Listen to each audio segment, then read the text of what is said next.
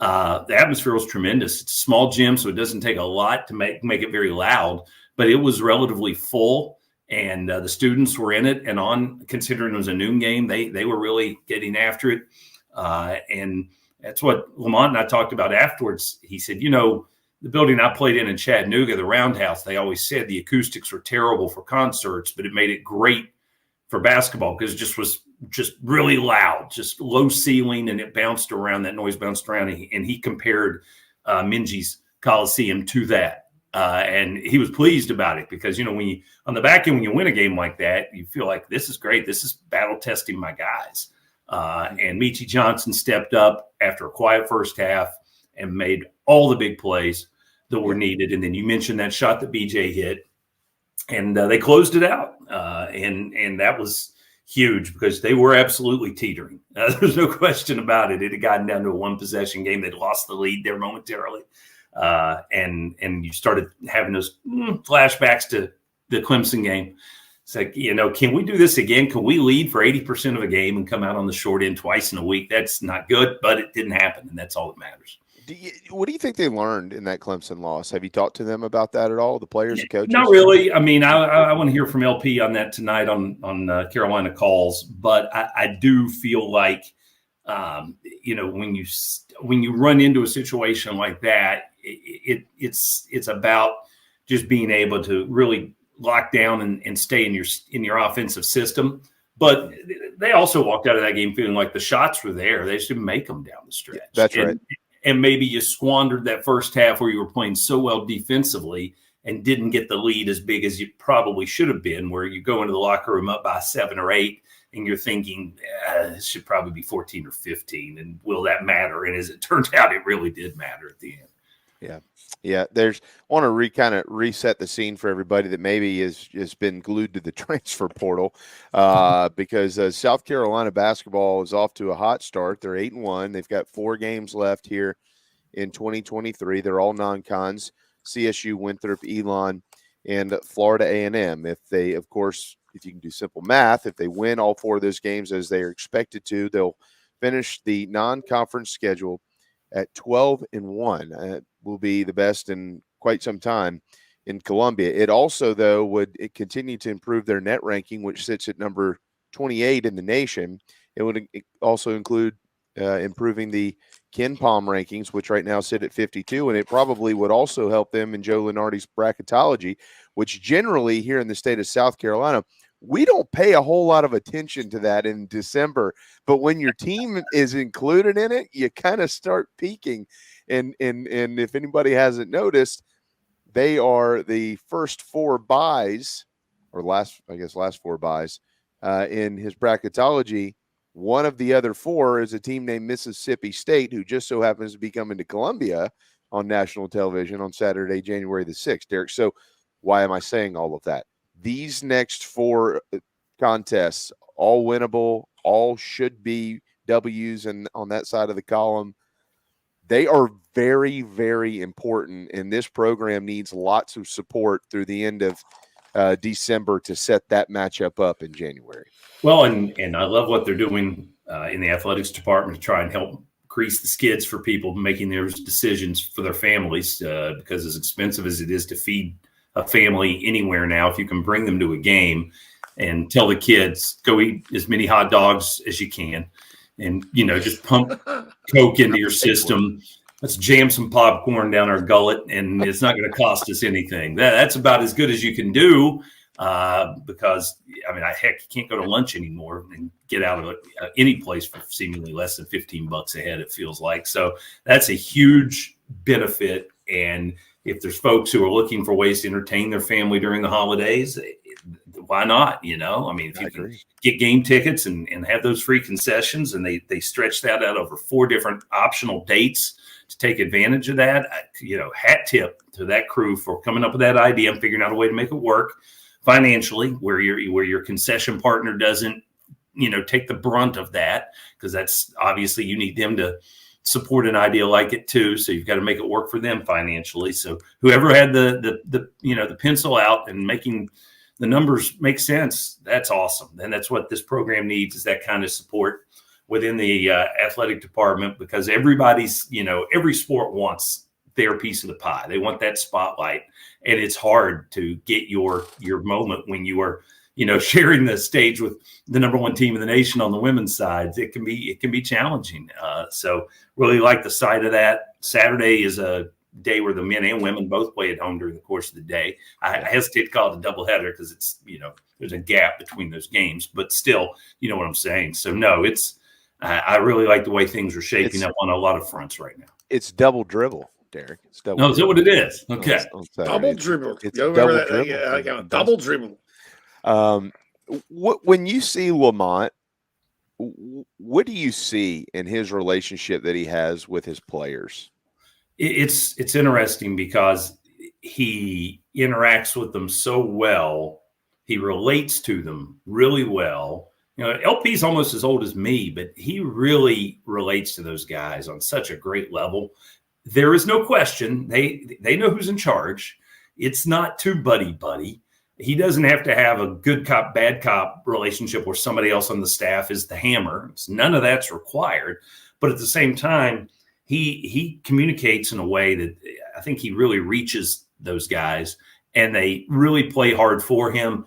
They're happy. Obviously, they love the success they're having for themselves, but I really think they do enjoy seeing him get propped up and have that success as well when they are playing well. It's a fun group, and the mix there in that regard is just it's as good as you could ask for. They are really connected, and not just the players. The connectivity, I think, runs really well between the coach and coaches, assistants as well, and that roster. And so when you see him get angry about something that somebody's done, but then you watch how after the initial anger, how he goes about expressing what he didn't like about the situation, where he wants the adjustment to be made. It's fun to watch as you have a chance to see it more and more and understand what he's doing. Because last year there were times where you just felt like he was running around with both hands tied behind his back, and there just wasn't much he could do about things in certain circumstances. And now you don't get that at all. I was thinking about you the other day because I was listening. I listened to you, and then I put it on the TV, and I can't remember who it was. Who was it? I don't know who it was, but he got all pissed off about something. Lamont did, and the camera just so happened to show him. And he turned around and he walked down, and his finger just kind of moved, and he just looked at somebody and pointed, just say, "Get in there, you get out." And I just started laughing because before the season, you said, "Well, he's got options, Right. If somebody screws up, he just go throw the next guy in there now," and it worked. But yeah, Derek, to your point, going back to that, he couldn't do that last year. Right. He had no choices, man. There was somebody last year, I'll just tell you, who basically pulled themselves out of the lineup because of an injury that no one else on the staff, the training staff, seemed to be really concerned with. Mm-hmm. And his comment to me was, "You know what? In past years, if someone told me that they couldn't go, I would have told them, well, then I'll let you know when you're back in. Because you may make that decision on when you're out, but I'll make the decision on when you're back in." And he was lamenting the fact that I don't even have that hammer to play. I don't have that card to play right now. And that's tough. That's tough on any coach when you were stretched that thin from a personnel standpoint, that you can have things dictated to you that you're not interested in standing for or putting up with. So he doesn't have to worry about that now. And the addition of Murray Boyles makes it even better. That's one more quality guy there to choose from.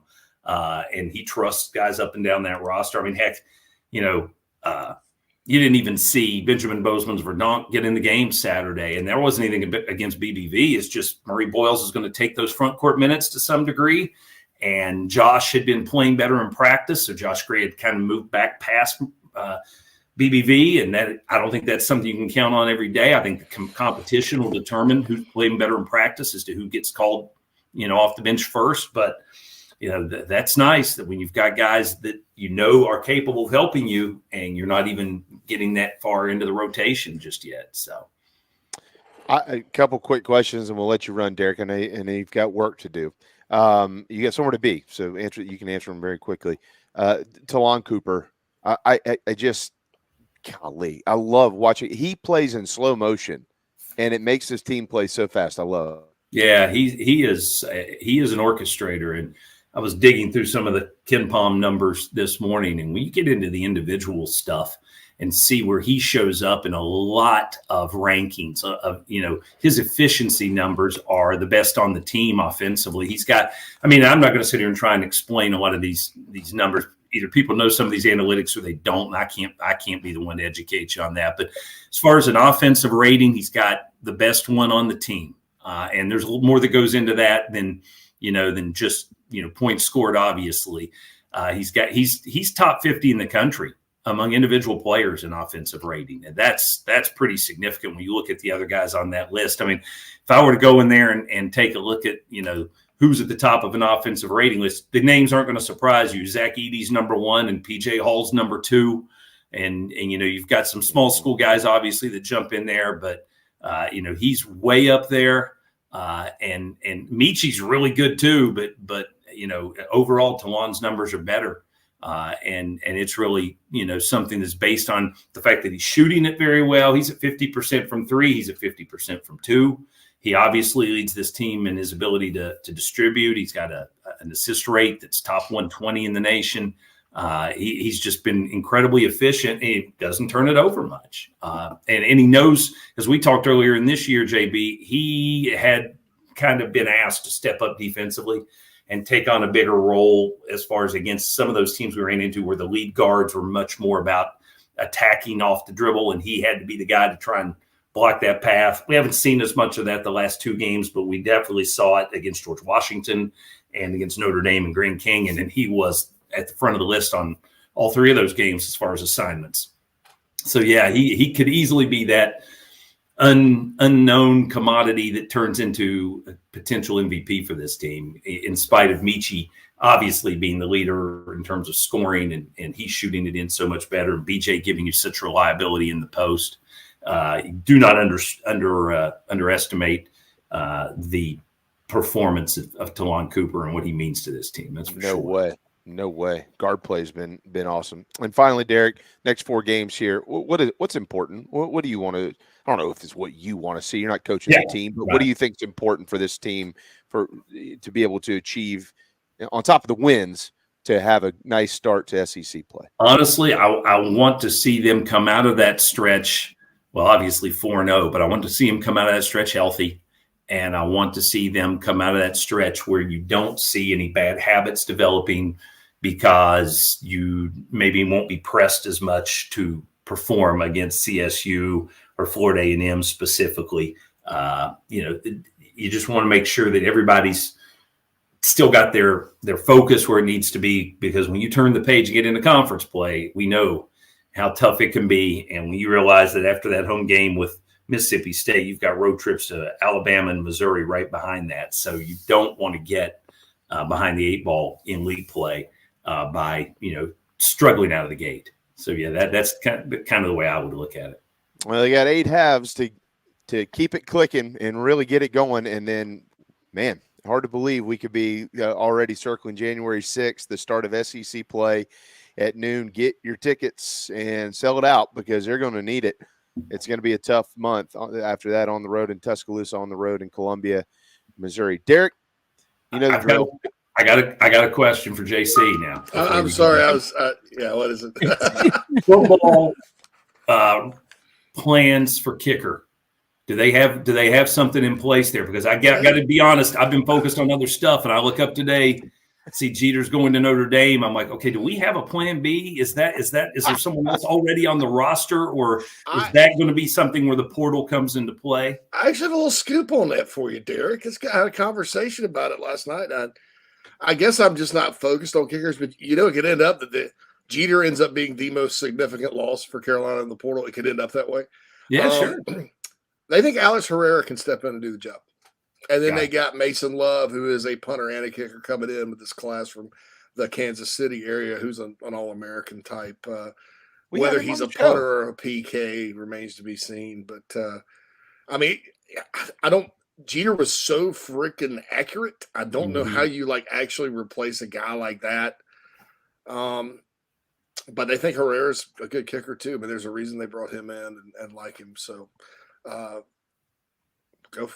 Alex Herrera. There's your new There you kicker. go. There you go. Okay. You learned something. Y'all learned something today. You're not going to learn who the new Breaking welcome home is, though. I have to keep it quiet. But I'll just say, I'll have to say this one takes care of a position of need for good for this class. So there you go. Speculate away, friends. Okay.